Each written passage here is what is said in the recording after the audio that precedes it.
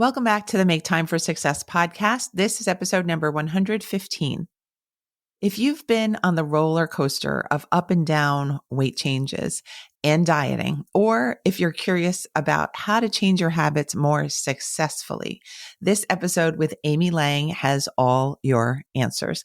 Amy is the host of the Happy and Healthy with Amy Lang podcast and founder of Moxie Club, where she teaches women how to achieve lasting weight loss and to create deep health.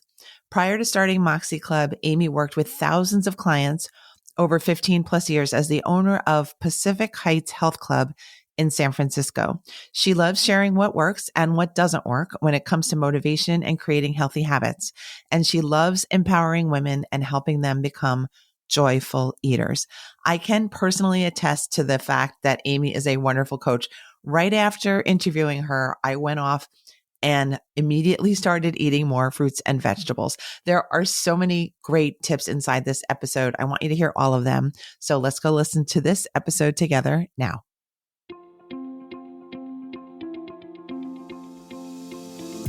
Hi, I'm Dr. Christine Lee, and I'm a psychologist and a procrastination coach. I've helped thousands of people move past procrastination and overwhelm so they could begin working to their potential. In this podcast, you're going to learn powerful strategies for getting your mind, body, and energy to work together so that you can focus on what's really important and accomplish the goals you want to achieve. When you start living within your full power, you're going to see how being productive can be easy and how you can create success on demand. Welcome to the Make Time for Success podcast. Hello, everyone. Today I am sitting with the lovely Amy Lang. We are looking at each other on video, but we are both excited today to talk to you about habits and many other things other than habits. But we are both very obsessed with the idea of habit change, habit formation, and habit success. Amy calls herself the habit whisperer, and I can't wait to interview her today so that we know exactly what she does and what she knows. Welcome, Amy, to the show. Oh, thank you so much for having me. I'm thrilled to be here, and I'm excited for a fun-filled conversation. Yes, absolutely. Amy is totally fun, by the way. So, Amy, tell us a few things about you and your history and your journey and how you've gotten to be the habit whisperer. Okay. Well, a little bit about me. So I grew up in Michigan. Go Blue. I went to University of Michigan. And I moved out to San Francisco after college, worked in financial services, got my MBA from Fordham University. So I was out in New York for a bit and then worked in high tech for 10 years before I finally decided to pursue my passion. And that was all around health. So I had struggled with weight for since I was like 14 years old. And I became the owner of a health club, of all things. So it's Pacific Heights Health Club in San Francisco. I owned and operated that for 15 plus years. So became a personal trainer and health coach, all that good stuff. And then in November 2019, I closed the club. So this is before the pandemic shutdown. I'm very grateful for my timing. I decided I didn't want to renew the lease and I wanted to do more coaching. I got into this whole, like, how do I help people? So many people, new year, they want to join a health club so they can get healthier and lose weight and all that stuff. And I had seen really kind of what worked, what didn't work. And I wanted to coach people specifically on that. So closed the club and founded Moxie Club, which is what I'm doing now. That is amazing. So you've been all over every zone, it sounds like, every geographic zone and every career zone, it seems like, and you're still going. Now you're in the entrepreneurial space with Moxie Club too. Can you describe what Moxie Club is? I know that's the end of the story, but I'm curious myself. So Moxie Club is focused on coaching for deep health. So we're all about working with your brain and body. So when we talk about habits, I think it's, I'm always talking about, like, how do we make it easy? And so it's working with our brain and our body to create habits, to make things easy and automatic.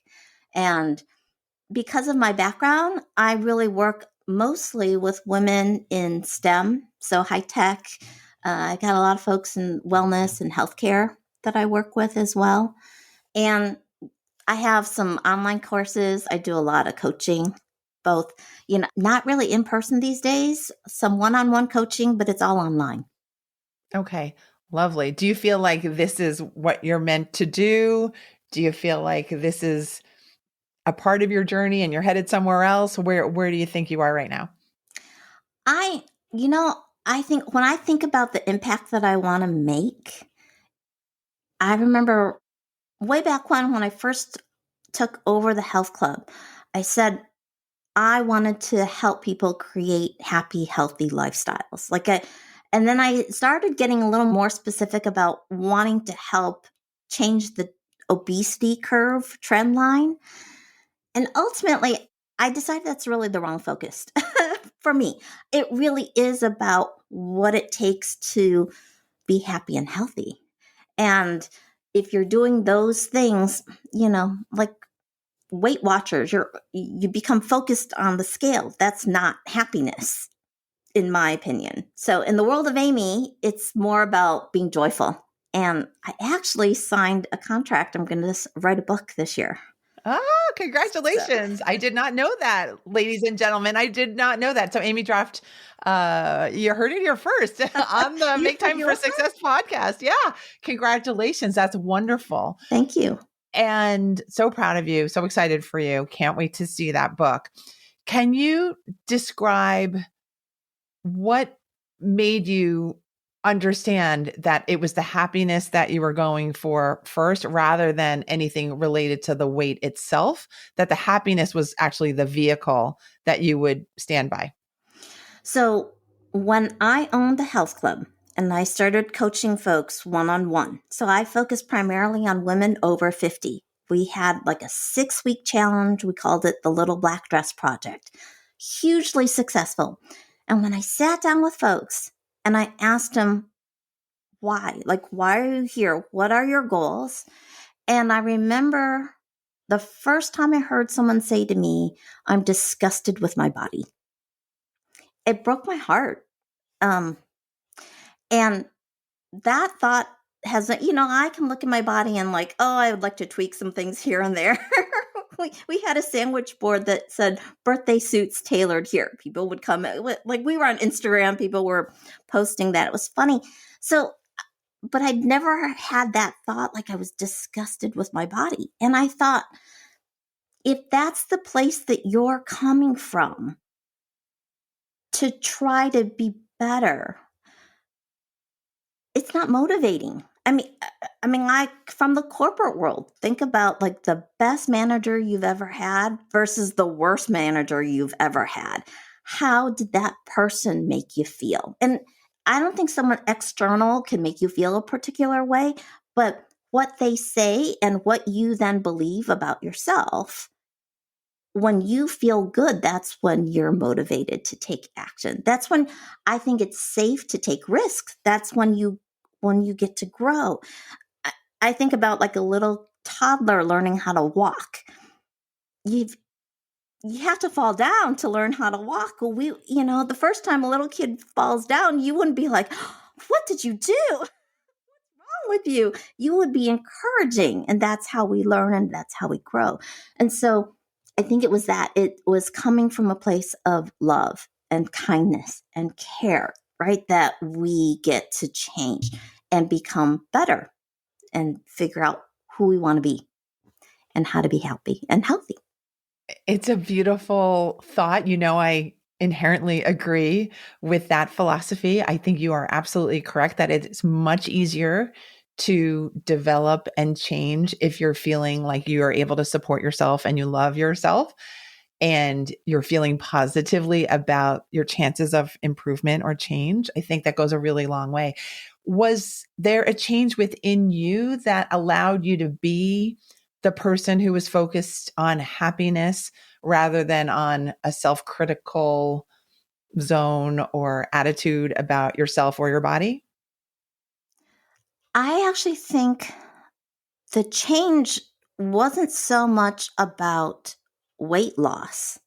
It was about understanding how much my thoughts affected how I felt and the options that I saw available to me. So when I was in my early 30s, so I'm the firstborn daughter of immigrants. My parents both have master's degrees in chemistry, came from Taiwan, and my dad was super strict when I was growing up, which, as an adult, I understand. Parents make mistakes and they try their best, all that stuff, but we don't do it perfectly. So, right, you do your best. I actually don't have any kids. So, not a parent.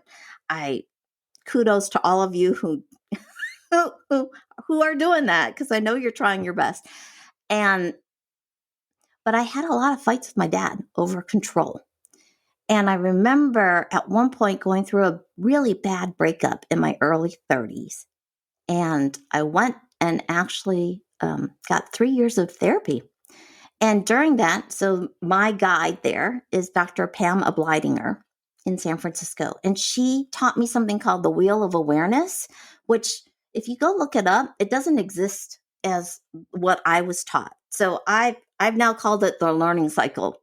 But I'm sure, Christine, you're familiar with this. Is the idea around like you have a particular situation, and from that situation, you have all these inputs into your brain. So I call them like thoughts and beliefs, right? We have a filter.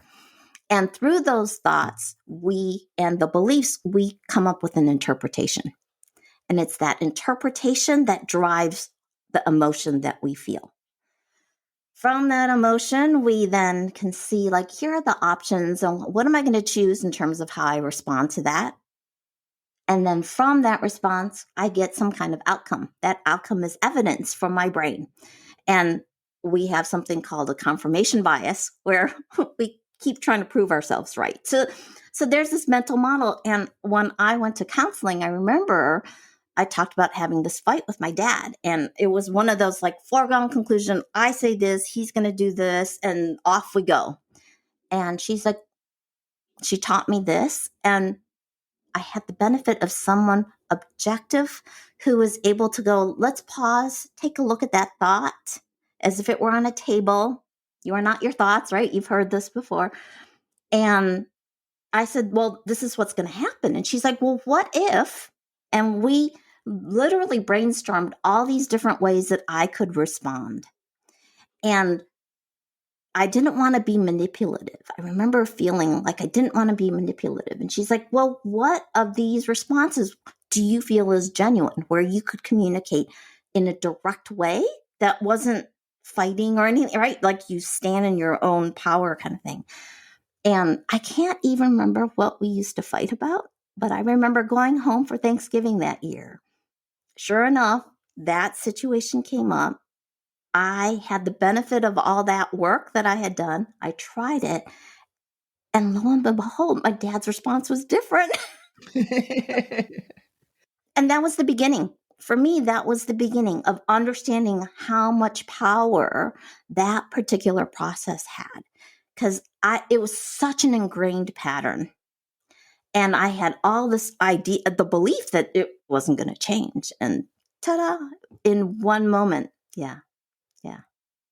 That's a long story, but I was just going to say it's such a fantastic, beautiful, perfect story to illustrate the power of our thinking and the power of our belief systems. And they are systems because our family of origins are involved in creating our thought patterns in a systematic way, where we're seeing scenes and we're thinking that everything is fixed. Yep. And we're seeing them replayed over and over and over again. And your one story is perfect. It's such a great example of how you only need one example of the other story to realize that it was a story all along, actually. And it might have been like a very true story, but it's still a story. And stories are inherently changeable. We tell the same fairy tales over and over again until the next person tells the fairy tale and they're telling it a totally different way. Like it's not Red Riding Hood anymore. She's in a different forest, or she's wearing different clothing, or there's a different outcome. It's okay. We'll survive, right? Yeah. We think as part of that story, we have to maintain the integrity of the story. We really don't. And I'm so glad that I asked these questions so that you can tell that story, because it's so beautifully illustrative, Well, right? That thank you. yes, thank you. That we are responsible and in control of more than we might realize. And that we really are very powerful Yeah. when we know how to access our control of our thoughts, feelings, and reactions. It's empowering. For me, it was this moment where I understood that it was that interpretation. And I had the ability to pause and take a look at it and say, is this true? So there's like the 4 questions that you've probably heard, like, is it true? Is it kind? Is it helpful? Is it necessary? So it's this awareness that nobody can actually make me feel one way or the other. It's the power is in my interpretation of what happens. So I know, like, you and I met through James Wedmore, and I remember I was at a conference and he said, failure is an interpretation. And, I was kind of like, who is this person? And that's how I ended up in his kind of sphere of influence, was from that one statement, because he talked about the outcome you get is either one you desired or a lesson to be learned. What can you learn from this? And so I think when I look at my past, there's lots of stuff that I'm still working on letting go, but we've talked about energy before. It's like when you're able to let it go, it frees up all this energy. So I think about what that interpretation is that I have that I can reframe, I can work with to get that power back. So Yeah, I love it. I'm getting I'll say a glimpse of your tech brain. I'm thinking, because I hear your clarity, because I'm imagining, as a non-tech person, that you really need to see the reality for what it is in order to be able to manipulate technology. And so if it no longer makes sense, you have to find a way that makes sense. So that's what I'm seeing as I'm watching you tell these stories. And I love the combination of your clarity brain and then your story brain, and the fact that you can explain these things so elegantly and simply and beautifully. I think you have great ability there. And I love the blend of right and left brain that I'm observing and witnessing. well, thank you.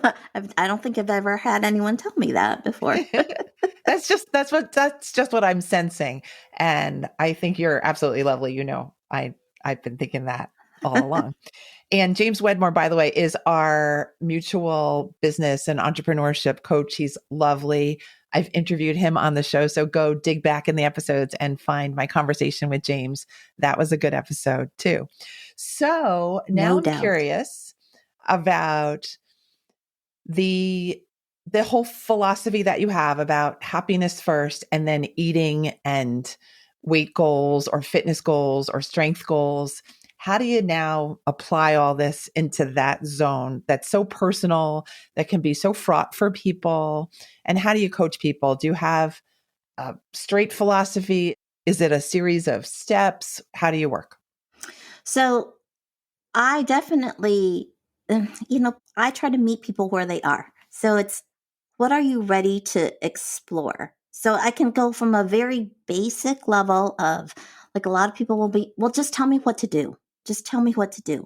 And so then I will say, okay, well, there are 5 fundamental habits if you seek lasting weight loss. And I come from this point of view. So my bachelor's is in psychology. So anyone who's familiar with Maslow's hierarchy of needs, you know that the basic needs, like food, shelter, water. So when I look at those 5 habits and I talk about working with our brain and our body, are we putting ourselves in a state of deprivation? Or are we putting ourselves in a state of, like, enough, of abundance? And so the 5 habits I talk about are drinking enough water. So I'm looking for half your body weight in ounces of water. Are you getting enough sleep? So I'm always saying 7 to 9 hours of, like, restful sleep. And I actually got an Aura ring because I wanted to track my own. So it helps to have feedback. You can have the qualitative, wake up, how do you feel? And then it's nice to have some, like, objective data as well to, take a look at, see if it lines up. I talk about eating 5 servings of fruits and vegetables. I think in the US diet, we tend to get enough protein.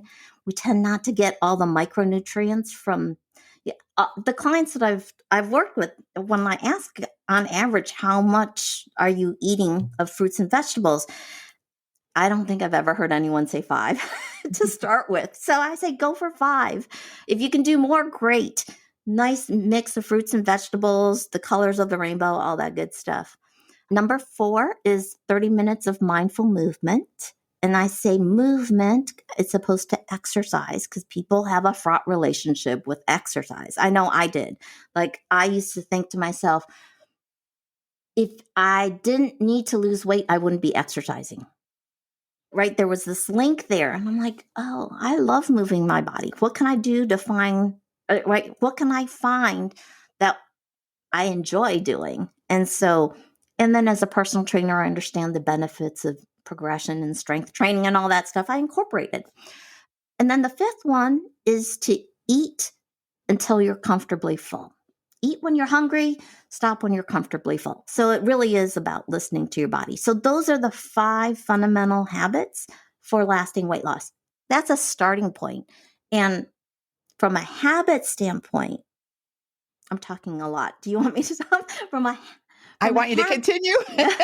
From a habit standpoint, I will say I talk about 5, but I want you to pick one. And I want you to pick actually one that you think is easiest for you. Okay. So I want to give your brain evidence that this process works.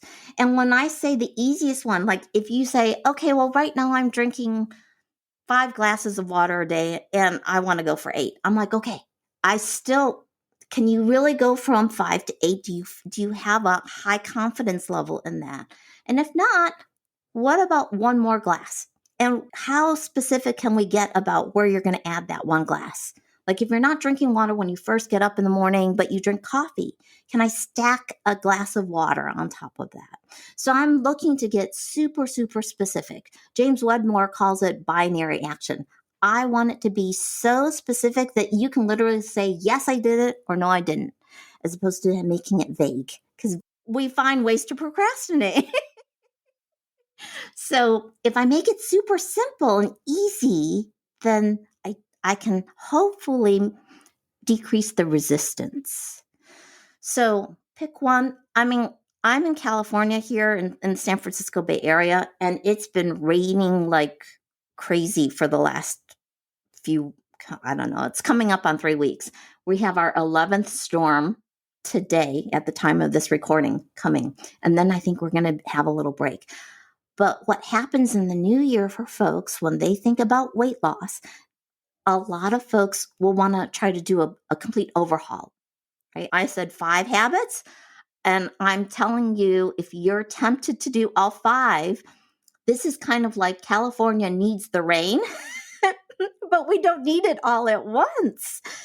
I have all kinds of expressions like you're trying to boil the ocean. Like I want you to set yourself up for success. And so that's why I say, trust me, I know this process works. And there's a mindset component there where I'm literally giving your brain evidence that this works and that you can do it, that you can be successful. And James Clear in Atomic Habits talks about like the 2-minute rule where you make that habit super easy. So it's all that same thought process that I'm talking about. So anyways, I've been talking a long time, but if folks are thinking about weight loss, that would be like the most basic thing I can teach. Wonderful. And it sounds really like common sense.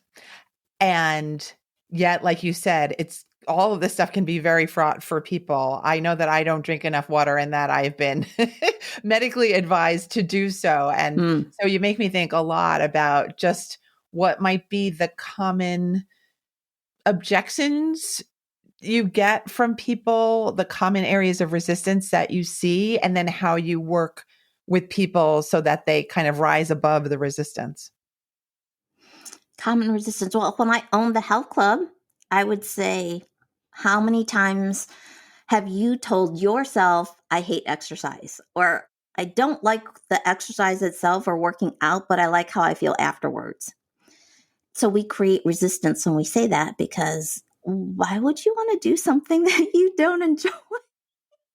I can think of some reasons, but from a motivation standpoint, we're making it harder.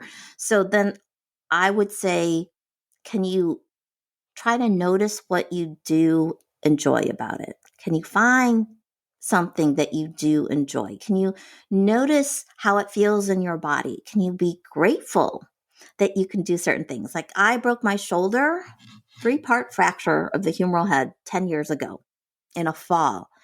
And I remember how grateful I was when I could do a full push-up again.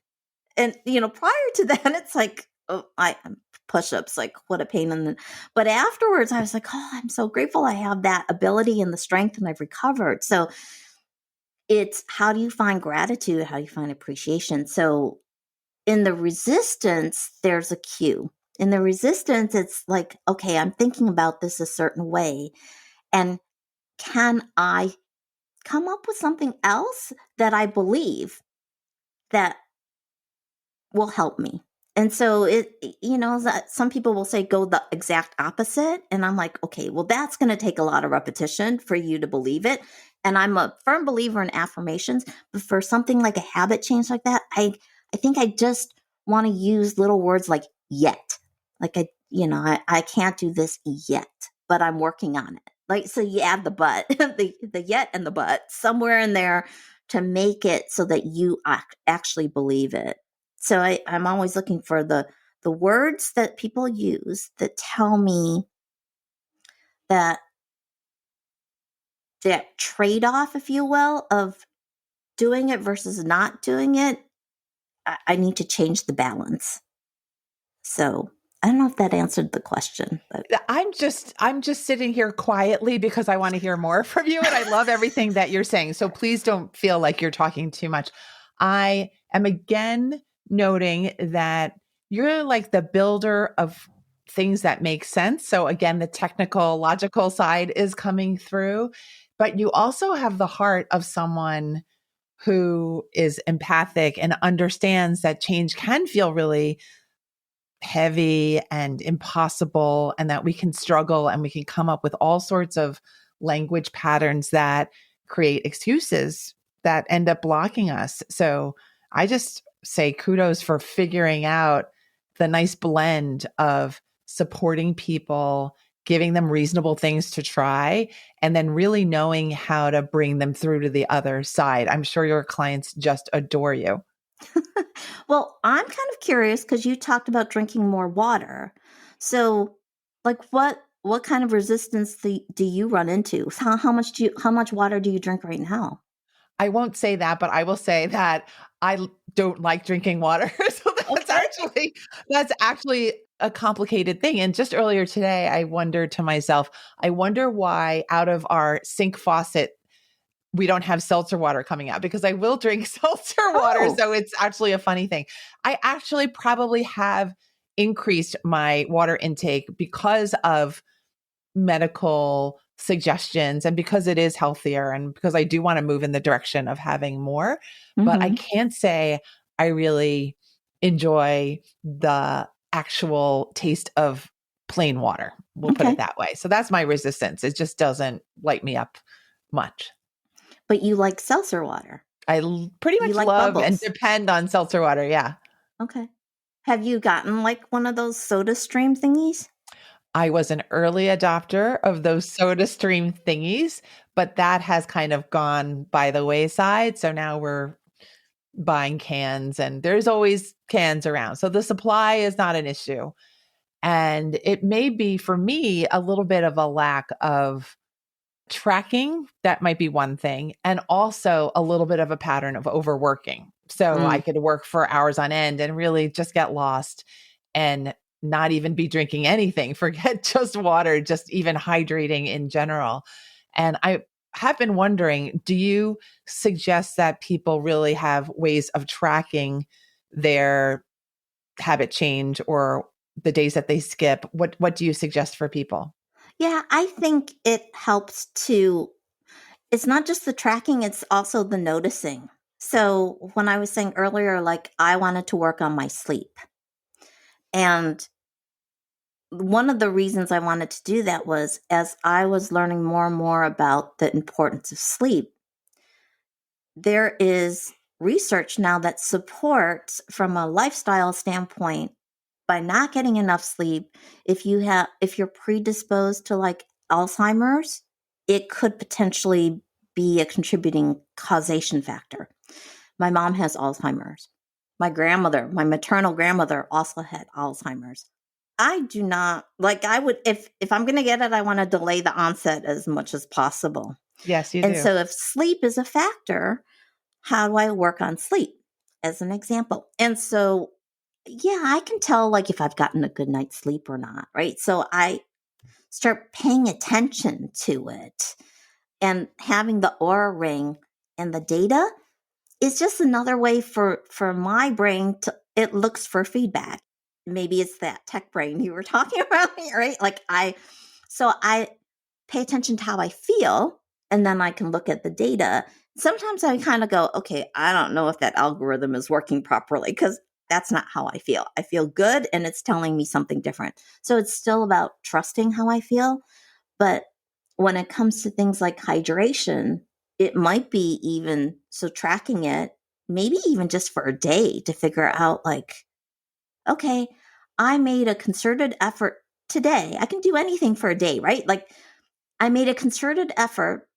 How did it feel? What worked? What didn't work? What could I change? How can I make it a little easier? What did I like? Right? You were talking about like, okay, I like these sorts of things. There's lots of, when it comes to hydration, like fruits and vegetables have a lot of water content too. So you don't have to drink water. There's lots of other ways to get that content into your body too. So I think it's, I'm always just like, let's brainstorm different ideas and see like what might you want to try. So it's not like, no, you got to do this. But yeah, tracking helps. Tracking helps. Some people like doing that, some people don't. So I kind of go, well, can you do it for 3 days just so we have some data to see, and like what are you actually tracking so that we can take a look at, okay, well, how about we try this? So I'm very much into experimenting and seeing what works and what doesn't work. So I love it. And I want to tell our listeners that throughout this conversation, Amy has been smiling throughout. This really seems to be work that is really aligned with her. And she is just such a joyful person. And I want to invite Amy to let us all know how we can stay connected to you, how we can work with you, what services you offer for people. And I want you to let us know about your podcast as well. I want people not to miss that. oh, okay. So before I forget, so the podcast is Happy and Healthy with Amy Lang. And you can find me on Apple and Stitcher, Google, Spotify. I think those are the 4 places, along with on my website. So that's moxie-club.com. And on Instagram, I'm at Habit Whisper. Let's see, LinkedIn, it's amy.moxieclub. Facebook, it's amy.moxieclub. If you go to my website, it's all there. And then as far as the work that I do, so I focus primarily on one-on-one coaching right now. I do have some online courses. So I have like Stop Emotional Eating as a starting point for a lot of folks, I've noticed is helpful. And then I am actually thinking about starting like a beta coaching program on becoming a joyful eater. So as I'm sort of working through that, I'm going to let Christine know. And so if you're interested in that, definitely let me know, raise your hand. I'll have like a landing page you can go to for that. And really, that's where we're going to put all of it together. So I have this new sort of blueprint around becoming a joyful eater. So we talked about like the basics, the fundamental 5. My blueprint now, I have like 4 pillars. So if you think about blueprint in a house, right? Like if you have a house, you're going to have a bedroom, right? So I call it a place to sleep. So I call that like the first pillar is love. And so with love, we talk about acceptance, we talk about boundaries, we talk about compassion. And really, I'm trying to move us from like disparaging to cherishing our life, our bodies, our health, all of that. So think about that. Like I say, love. So I sort of think about a house as like a bedroom, right? And then when I talk about nourish, I'm talking about our mind, our body, our soul. And I talked about Maslow's hierarchy. So we have nutrition, movement, sleep, but I also look at relationships and I look at like growth. Like we as people, we want to grow. So how do we support that? So when I think nourish, I think like, well, if you have a home, you have a kitchen and dining room, right? We have to eat. And really, this is about moving from like abusing to caring. And then the third pillar is gratitude. And I like to think of it, it's like the roof. We're always grateful for having a roof over our head. And so this is where I really get into that whole learning cycle where it's reflect, reframe, and then reclaim. So we reclaim our power. And that's really when I talk about gratitude and our relationship with like food and stuff like that. We go from punishing to appreciating.